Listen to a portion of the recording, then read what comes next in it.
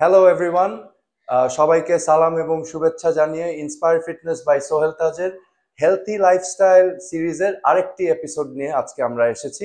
আজকে আমাদের সাথে আছে আমাদের ইন্সপায়ার মেম্বার সাজিদ। তো আমরা কিছুক্ষণের মধ্যে সাজিদের কাহিনীটা শুনবো।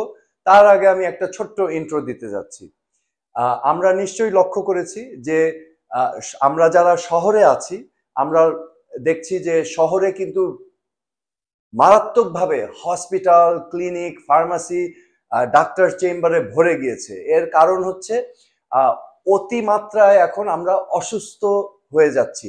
এটা এক অর্থে একটা মহামারী আকার ধারণ করেছে। অথচ আজকে থেকে কিন্তু 30-40 বছর আগে এরকমটা ছিল না।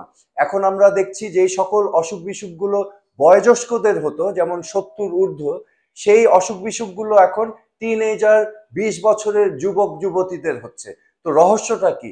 বিশেষজ্ঞরা বলছে যে এটা রহস্যটা হচ্ছে আমরা যেহেতু এখন কায়িক পরিশ্রম করছি না, আমাদের শারীরিক পরিশ্রমের বিনিময়ে আমরা এখন সেডেন্টারি লাইফস্টাইল, যেটা হচ্ছে অফিস ওয়ার্ক করে আমাদের জীবিকা অর্জন করছি। তো এটা একটা নেতিবাচক প্রভাব ফেলছে আমাদের স্বাস্থ্যের উপর। আমরা যেহেতু আমাদের শরীরকে অ্যাক্টিভেশন করছি না, আমাদের শরীরকে সতেজ রাখছি না, এই কারণে আমাদের নানা ধরনের অসুখ বিসুখ, যেটার মূলে হচ্ছে মেটাবলিক ডিসঅর্ডার বা মেটাবলিক ডিজিজেস, যেগুলো যেমন শুরু হয় ইনসুলিন রেজিস্ট্যান্স থেকে, তারপরে এটা ধাপে ধাপে হাই ব্লাড প্রেশার হতে পারে, তারপরে টাইপ 2 ডায়াবেটিস হতে পারে, কিডনি ডিজিজ হতে পারে, ফ্যাটি লিভার ডিজিজ হতে পারে, এবং কার্ডিওভাস্কুলার ডিজিজ হতে পারে, হার্ট অ্যাটাক, স্ট্রোক। এবং এখন বিশেষজ্ঞরা বলছে যে 90% ক্যান্সারই হচ্ছে লাইফস্টাইল জনিত কারণে। এই মেটাবলিক ডিসঅর্ডারের সূত্র হচ্ছে ক্যান্সার। সো আজকে আমরা ঠিক তেমনই একজনকে আমরা পেয়েছি, সাজিদ, যার এই সমস্যাগুলো ছিল। এই যে মেটাবলিক ডিসঅর্ডারের কথা বলছি, এই সমস্যাগুলো ছিল। তো এটার সাথে আরেকটা রিলেটেড বিষয় আছে, সেটা হচ্ছে ওভারওয়েট বা ওবিসিটি। আমরা যখন এক্সেস বডি ফ্যাট ক্যারি করি শরীরে, তখন এই এক্সেস বডি ফ্যাটটা আমাদের শরীরে প্রদাহ সৃষ্টি করে বা ইনফ্লামেশন তৈরি করে। ইনফ্লামেশনকে আপনি চিন্তা করেন এভাবে যে আপনার সারি সারি বাসা আছে রাস্তার ধারে, ঠিক আমাদের সেল যেমন থাকে। তো এখন একটা বাসায় যদি আপনার মহামারী কোনো রোগ জীবাণু ছড়িয়ে যায়, তাহলে কিন্তু প্রতিটা বাসায় ছড়িয়ে যাবে। ঠিক ইনফ্লামেশন একই ধরনের। সেল কয়েকটি যদি বিষাক্ত হয়ে যায় অতিরিক্ত ফ্যাটের কারণে, তখন এটা ছড়াতে থাকে। সো ইনফ্লামেশন হচ্ছে একটা কারণ অসুখ বিসুখের। আরেকটা কারণ হচ্ছে ওবিসিটির সাথে এখন এই নানা ধরনের মেটাবলিক ডিসঅর্ডার ডিজিজের সম্পৃক্ততা পাওয়া গিয়েছে। সো এখন আমাদের কাজ হবে আমাদের শরীরকে অ্যাক্টিভ রাখা, আমাদের সঠিকভাবে খাদ্য সেবন করা, এবং আমাদের ঘুম এবং স্ট্রেস ম্যানেজ করা। এগুলো যদি আমরা সঠিকভাবে করতে পারি, তাহলে আমরা এই অসুখ বিসুখগুলোকে প্রতিরোধ করতে পারবো। এবং যদি আমাদের এই অসুখ বিসুখগুলো অলরেডি এক্সিস্টিং থাকে, তাহলে আমরা এটাকে কিওরের দিকে নিয়ে যেতে পারবো, এবং অনেক ক্ষেত্রে মিটিগেট করে কিওর করা সম্ভব। কারণ মনে রাখবেন, ওষুধ কিন্তু ট্রিটমেন্ট, ওষুধ দিয়ে কোনোদিনও আপনি সুস্থ হবেন না। আপনার লাইফস্টাইল যদি ঠিক না হয়, ওষুধ দিয়ে কিন্তু কোনোদিনও আপনি সুস্থ হতে পারবেন না। সো আজকে আমরা সাজিদের মুখ থেকে শুনবো ওর কাহিনী। সো আমার কাছে সাজিদ একটা লিস্ট দিয়েছে। সাজিদ ইন্সপায়ার ফিটনেসে জয়েন করেছে 10ই জানুয়ারি 2024। আজকে হচ্ছে 2 ডিসেম্বর 2024। সো ও আমাকে একটা চার্ট দিয়েছে যে ও যখন জয়েন করেছিল, ওর ওজন, বেলির মাপ, কোমরের মাপ, এবং ওর কোনো অসুখ বিসুখ ছিল কিনা। সো আমি ওর মুখ থেকে শোনার আগে জাস্ট আমি ফিরিস্তিটা আপনাদেরকে দিয়ে দিচ্ছি। ও যখন জয়েন করেছিল, ওর ওজন ছিল 122.3 কেজি। ওর ওয়েস্ট মেজারমেন্ট, যেখানে পুরুষরা ইউজুয়ালি প্যান্ট পরি আমরা, মাপ ছিল 42 ইঞ্চি। ওর বেলি ছিল নাভির ঠিক আধা ইঞ্চি নিচে, সবচেয়ে মোটা জায়গাটা, 56 ইঞ্চি। ওর মারাত্মকভাবে হাই কোলেস্টেরল ছিল। আমরা জানি ওই যে যেটা বলেছি, প্রবাহ বা ইনফ্লামেশন যদি থাকে তাহলে হাই কোলেস্টেরল তৈরি হয়। হাই কোলেস্টেরল ছিল, হাই ব্লাড প্রেশার ছিল, এবং ওর ডান পায়ে ব্যথা ছিল, প্রচন্ড ব্যথা ছিল, এবং স্লিপ অ্যাপনিয়া, ঘুমাতে কষ্ট হতো। তো এখন আমরা সাজিদের মুখ থেকে শুনবো তোমার সমস্যাগুলো সম্পর্কে। সমস্যাগুলো শুরুতে আমি যেটা বলতে চাই যে স্টিল লাস্ট ইয়ার আমার একদম একটা আনহেলদি লাইফস্টাইলের সাথে ডেইলি লাইফকে আমি লিড করতাম। There was nothing inbuilted with about exercise or কোনো ভালো হেলদি ডায়েটের সাথে আমি ইন্ট্রোডাক্ট ছিলাম না। So as a result continuous এই সিটি লাইফ যেটা বললেন ভাইয়া, সিটি লাইফের জন্য এটা এক্সট্রিমলি হেলথ হ্যাজার্ড একটা ইস্যুতে আমার জন্য ট্রান্সফার করেছে। স্পিকিং অফ স্লিপ অ্যাপনিয়া, আমার দেখাতে যদি রাতে অ্যাটলিস্ট 6 ঘন্টা স্লিপ তো দূরের কথা, আমার ঘুমের মধ্যে অ্যাটলিস্ট 3 থেকে 4 বার ঘুম ভেঙে যেত। আমার ব্রিদিং এর ইস্যুস ছিল। আমার দেখা যাচ্ছে পাশের রুম থেকে আমার মা দৌড়িয়ে আসছে যে তুমি কি স্ট্রোক করবে নাকি, তোমার ব্রিদিং এর সময় এরকম বিদ্ঘুটে। বাই দ্য ওয়ে, তোমার বয়স কত? I am currently 32। মাত্র মাত্র 32 বছর বয়স। জি। অ্যান্ড ড্রাস্টিক্যালি যেটা হয়েছে লাস্ট ডিসেম্বরে ভাইয়া, ওয়ান উইন্টার মর্নিং, আমার সকালবেলা আমি ঘুমের থেকে উঠে জাস্ট গোয়িং ফর ওয়াশরুম, আমি পড়ে যাই, বেডের থেকেই পড়ে যাই এবং পোস্ট টেস্টের পরে দেখা যায় আমার কোলেস্ট্রল এক্সট্রিম পর্যায়ে চলে গিয়েছে। ডক্টর সাইড যে আপনার কোলেস্ট্রল থেকে এখন হার্টে ব্লকেজ ক্রিয়েট হতে পারে, আপনি টাইপ 2 ডায়াবেটিসের দিকে আস্তে আস্তে চলে যাচ্ছে। Now it's high time you should take some steps. আপনার বয়স যেখানে আছে সেখান থেকে আপনি চাইলে ইজিলি এটা থেকে বের হয়ে আসতে পারেন।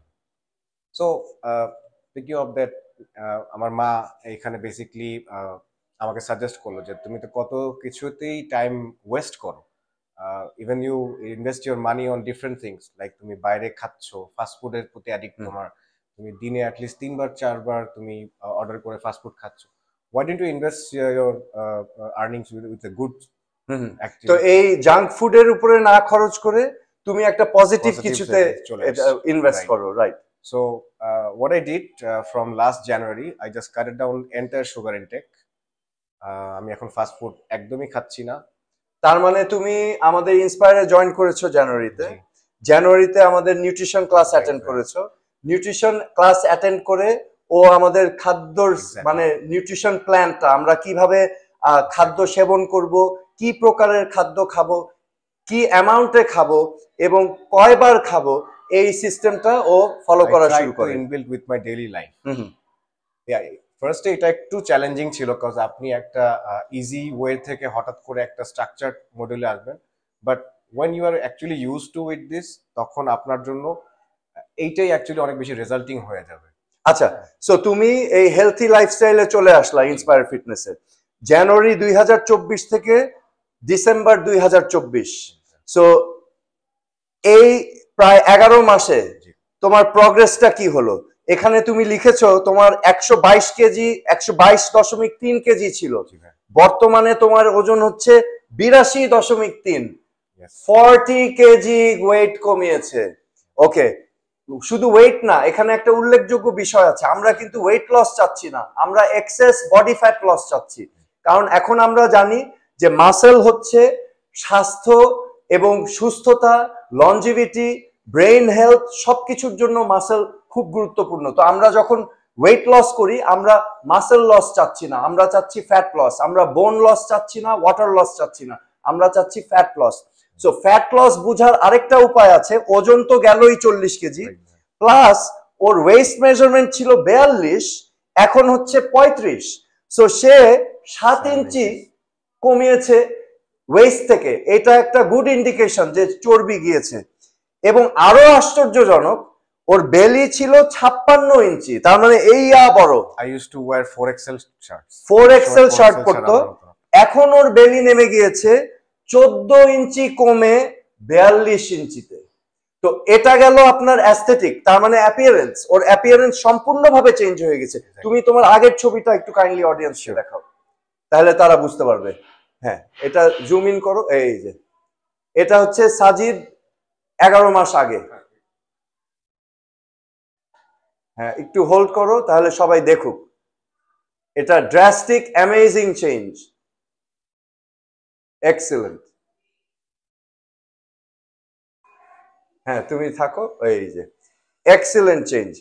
সো শুধু এটাই না, এটা তো ওর অ্যাপিয়ারেন্স চেঞ্জ হলো, তো মনে আছে ও বলেছিল কিছু হেলথ ইস্যুস ছিল, তোমার কোলেস্টেরলের কি খবর এখন? কোলেস্টেরল একদমই টোটালি নরমালাইজ। আমি ওই সময় মেডিসিন নেওয়া শুরু করেছিলাম, এখন I don't need to take any medicine. এবং আমি মনে হয় বলেছিলাম যে মেডিসিন বন্ধ করে দিব আমরা। এক্স্যাক্টলি। আচ্ছা, তোমার হাই ব্লাড প্রেশার ছিল, সেটা কোথায় গেল?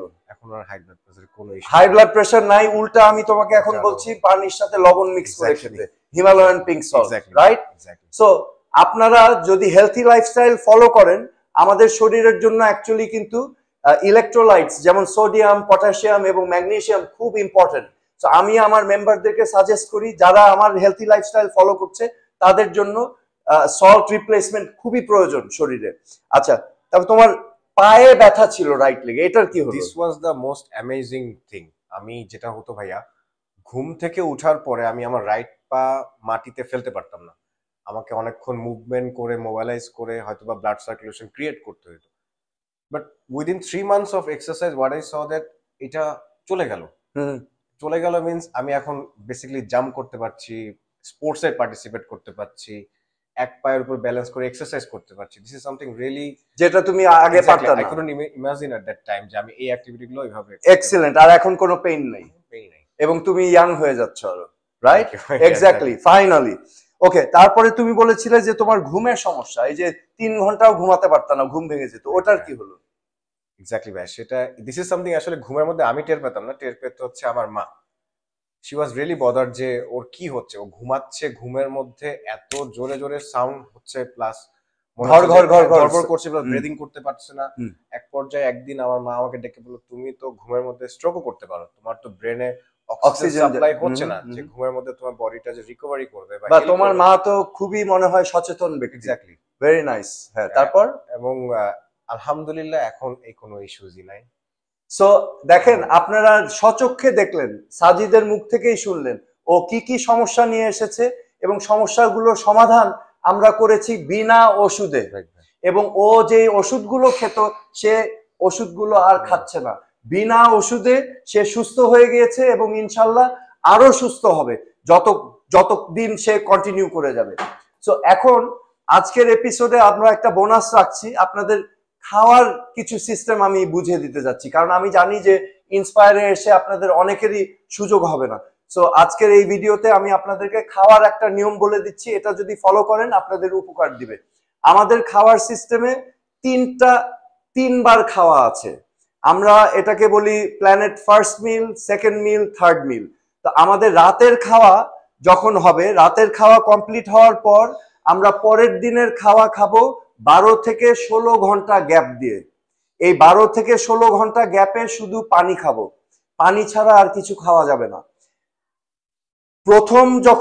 দিনের প্রথম খাদ্য যখন আমরা খাবো, ওই খাওয়া থেকে দ্বিতীয় খাওয়ার মধ্যে গ্যাপ পড়বে 4 থেকে 5 ঘন্টা।